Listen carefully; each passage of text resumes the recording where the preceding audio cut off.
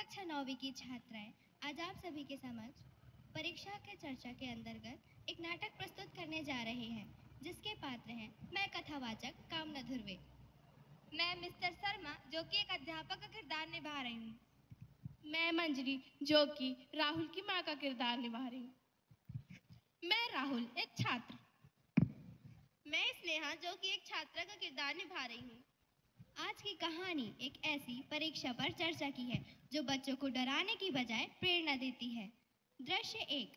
कक्षा में छात्र छात्राएं बैठे हुए हैं, जहां उनके शिक्षक मिस्टर शर्मा आते हैं। गुड मॉर्निंग बच्चों, बैठ जाओ। बच्चों, आपकी परीक्षाएं बहुत नजदीक हैं, तो कैसी चल रही है आप लोगों की पढ़ाई?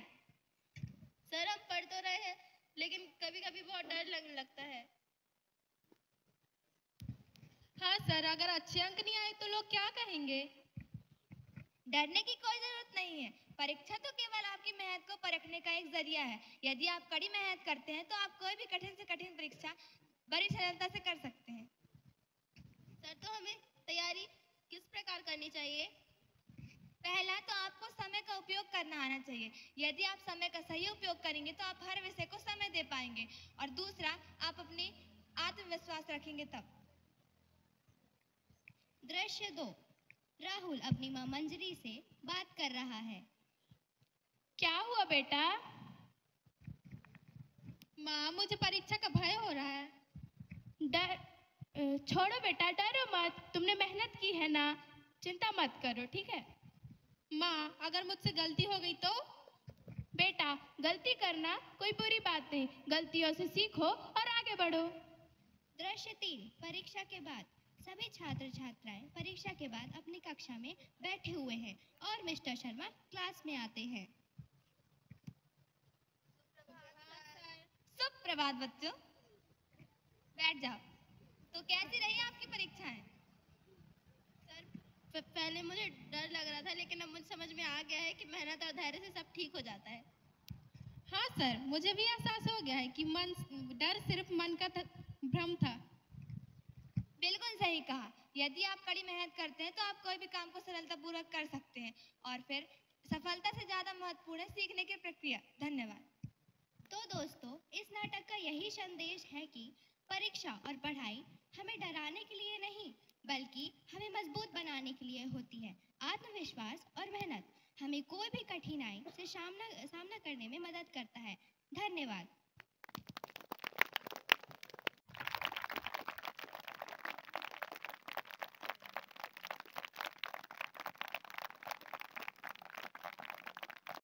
अपने नाटक के साथ हमारे नाटक का शीर्षक है सपनों की उड़ान। आरव किताबों के ढेर के सामने बैठा है। वह परेशान और निराश दिख रहा है। तभी सिया आती है। क्या हुआ भैया, तुम इतने उदास क्यों बैठे हो? सिया, मुझे लग रहा है कि मैं कोई बड़ा काम नहीं कर पाऊंगा। मेरी पढ़ाई में भी कम अंक आ रहे हैं। मैं हर जगह हारते जा रहा हूँ। ऐसा मत सोचो भैया, आपने ही तो हमें हमेशा समझाया कि मेहनत से हर काम संभव है। पर जब मेहनत करने के बाद भी असफलता मिले तो क्या करें? रागिनी मैम से बात कर, वो हमेशा सही सलाह देती। तुम ठीक कहती हो। दृश्य 2। विद्यालय में रागिनी मैम के साथ बातचीत। रागिनी मैम क्लास में आते हुए, आरव क्या हुआ, तुम इतने उदास क्यों हो? क्यों हो? क्या हुआ तुम्हें? कुछ नहीं।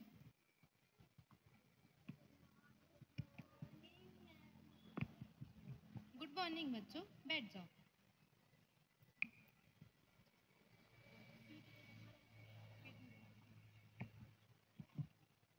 आरव, नैना, पलक, राघव।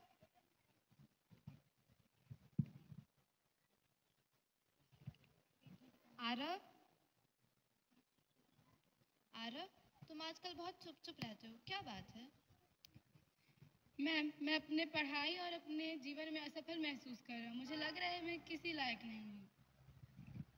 असफलता ही सफलता की पहली सीढ़ी है।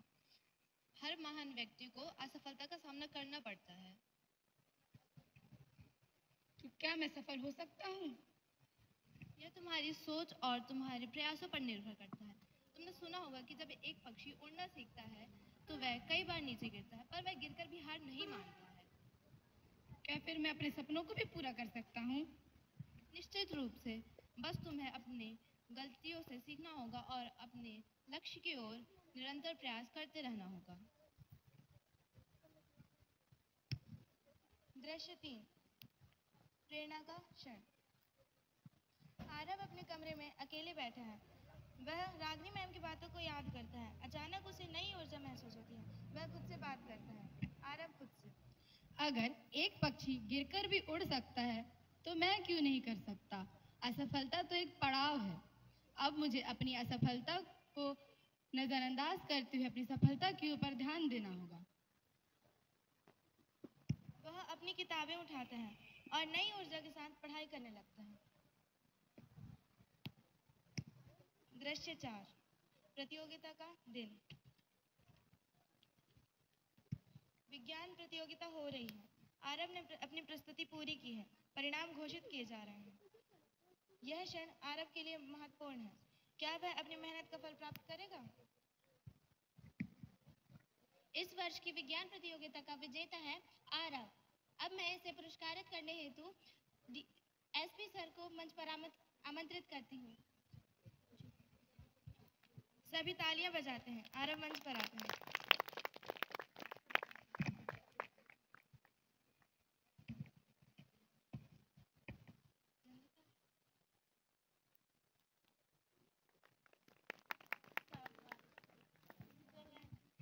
इस बार तुमने बहुत अच्छा किया। इसी तरह अपने डिंडोरी का नाम रोशन करते रहना। आरव, यह पुरस्कार मेरी अध्यापिका और मेरी बहन को समर्पित है, जिन्होंने मुझे कभी हार मानने नहीं दिया। आज मैंने सीखा कि असफलता हमें मजबूत बनाने के लिए है। संदेश यही है कि सपनों को पूरा करने के लिए विश्वास और मेहनत की जरूरत होती है। असफलता तो एक अनुभव है जो हमें और बेहतर बनाने के लिए होती है। धन्यवाद।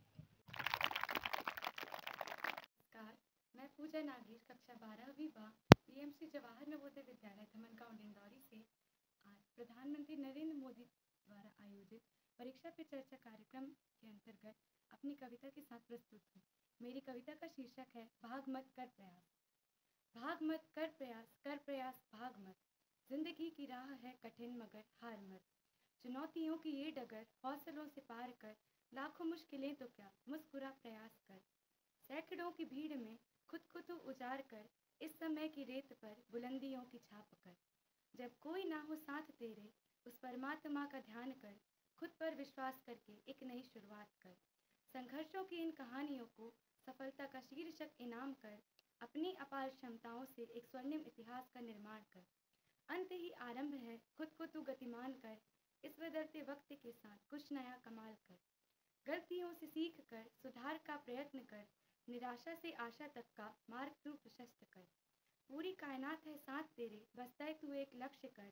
सुनहरी मंजिलें कर रही हैं तेरा इंतजार। बस भाग मत कर प्रयास भाग। धन्यवाद।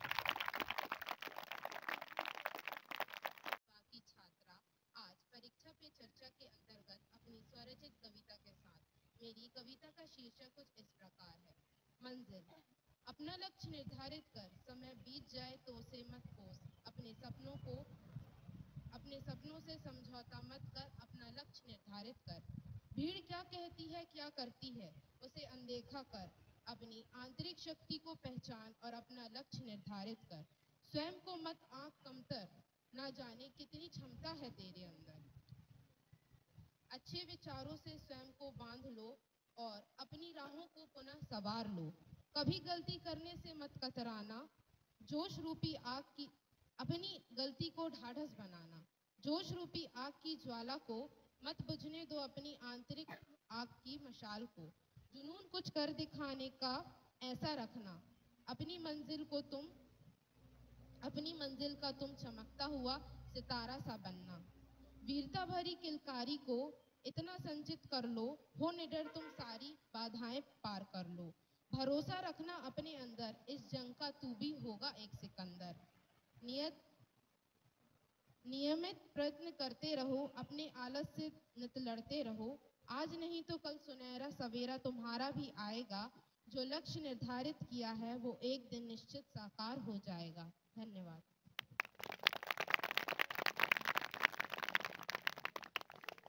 हम नीलगिरी गणित सदन की ओर से आज के परीक्षा पे चर्चा के द्वारा नुक्कड़ नाटक के साथ।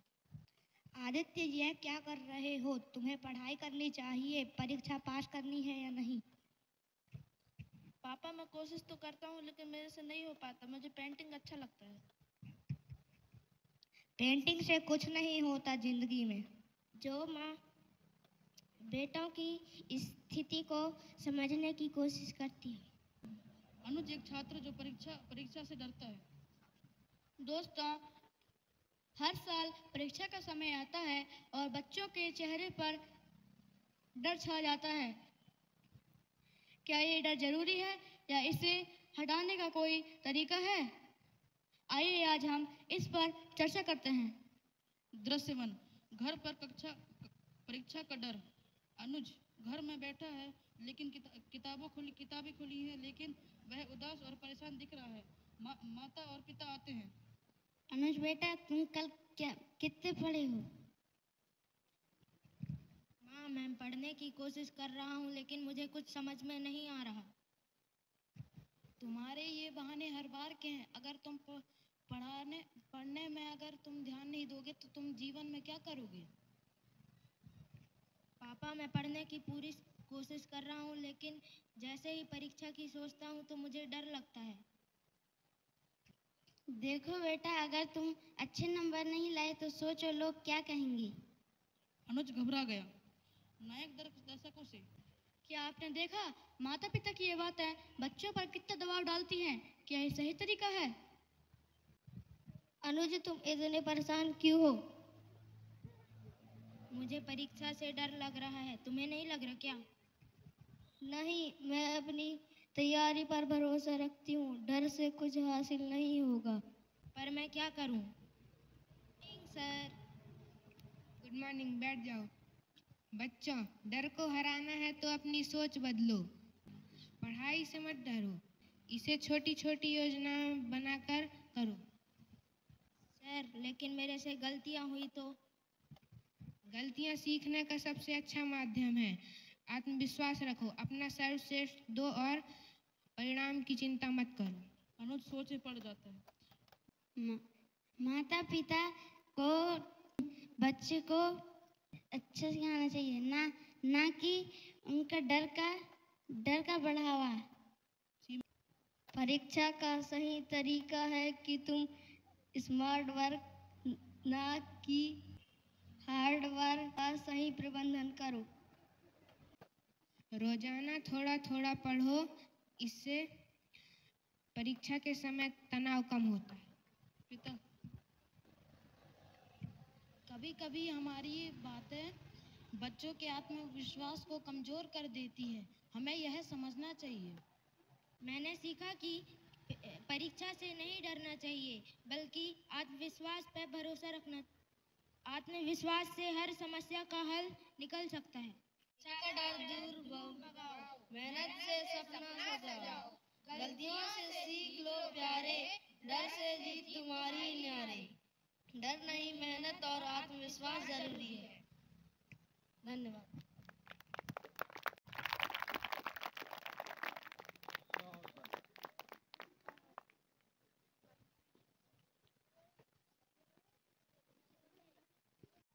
प्रदर्शन किया।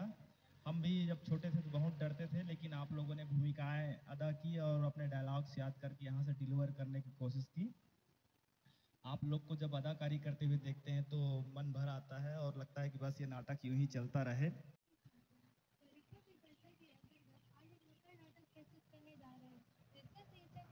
भाइयों और बहनों, परीक्षा के डर को जैसे ही परीक्षा का मौसम आता है वैसे ही परीक्षा का डर बढ़ने लगता है। क्या यह पढ़ाई से है या हमारी दबाव या उम्मीदों से? आइए आज हम एक ऐसी कहानी देखेंगे जो हर घर की हकीकत है। रवि, तुम कब पढ़ाई करोगे? परीक्षा नजदीक है और तुम्हारा यही हाल है।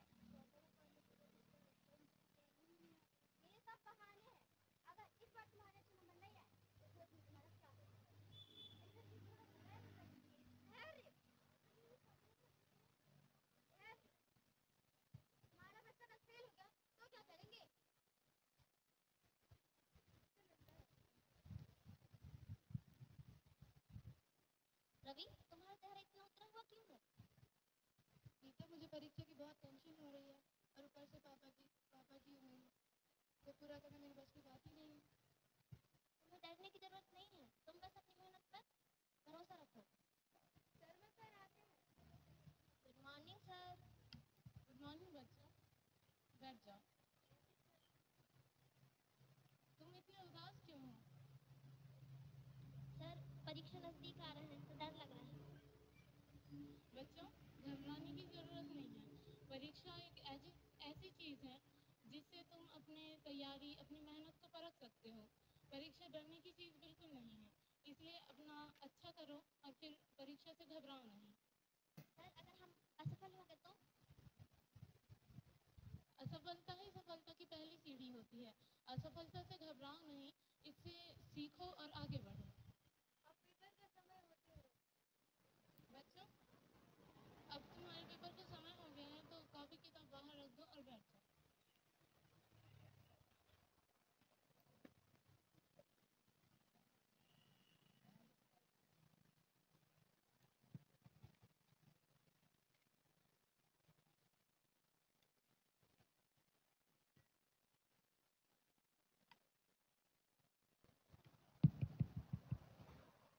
बच्चों, टाइम हो गया है।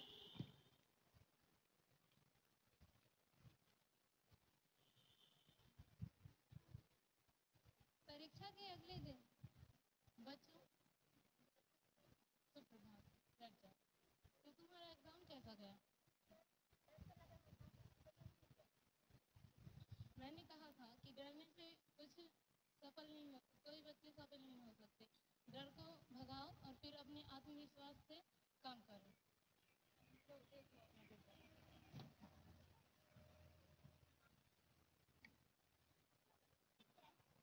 मेरे भी अच्छे हैं। इसलिए मैंने कहा था, डरना नहीं है, बस अपनी मेहनत पर भरोसा रखो। दृश्य 3, गली में नुक्कड़ नाटक की चर्चा। रवि, नीता और शर्मा सर। दोस्तों, मैं भी तुम्हारे जैसे ही हूँ। मेरे भी अब अच्छे नंबर आए, लेकिन मैं तो बहुत डर रहा था। लेकिन जैसा कि आप देख रहे हैं, हम बहुत ज़्यादा डर रहे थे, लेकिन हमारी मेहनत, हमारे आत्मविश्वास के कारण हमारे अच्छा। जैसा इन दोनों ने कहा, डरने से कोई चीज़ हल नहीं होती है। अपने आत्मविश्वास से काम करिए और हर चीज़ आपके लिए संभव हो जाएगी। धन्यवाद। तो हम अरावली कनिष्ठ सदन की ओर से आज के प्रेरणादायक नाटक के साथ। इस नाटक का शीर्षक है बच्चे का सपना। रवि की पढ़ाई पर और ध्यान देना होगा, उसे डॉक्टर बनाना है और इस बार उसके नंबर भी कम आए हैं। हाँ, लेकिन वह बहुत तनाव में रहता है। तनाव?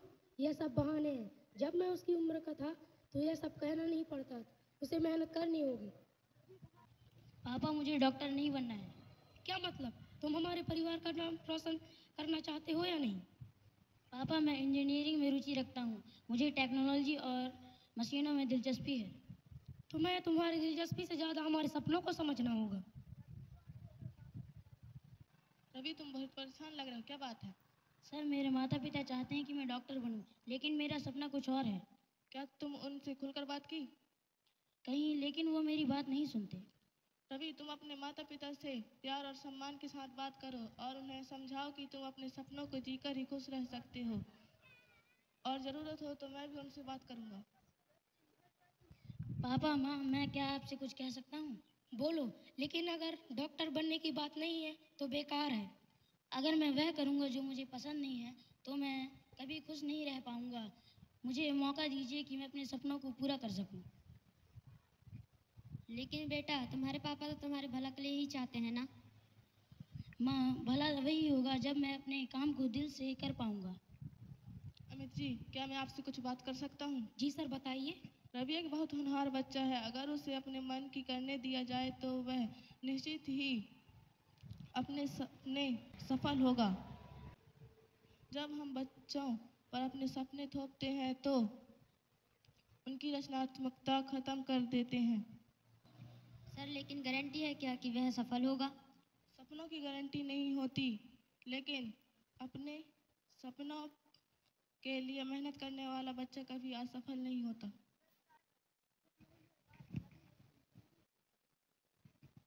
रवि, मुझे तुम पर गर्व है। मैंने तुम्हें समझने में देरी कर दी, लेकिन तुमने अपनी मेहनत और लगन से साबित कर दिया। पापा, यह सब आपकी और माँ की वजह से ही हो पाया है। आपने मुझे मेरे सपनों को पूरा करने का मौका दिया। धन्यवाद। हमें सिखाती है कि बच्चों के सामने उनके अपने होते हैं। माता पिता का काम उन्हें सही दिशा दिखाना है, ना कि अपने सपने थोपना। धन्यवाद।